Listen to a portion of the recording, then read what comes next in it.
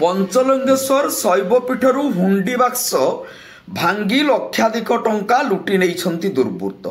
बालेश्वर जिलार प्रसिद्ध शैवपीठ बाबा पंचलिंगेश्वर यही शैवपीठ ट्रस्ट पक्षरु भक्त मानक दान अर्थ संग्रह पई हुंडी बाक्स बसा जाइछि।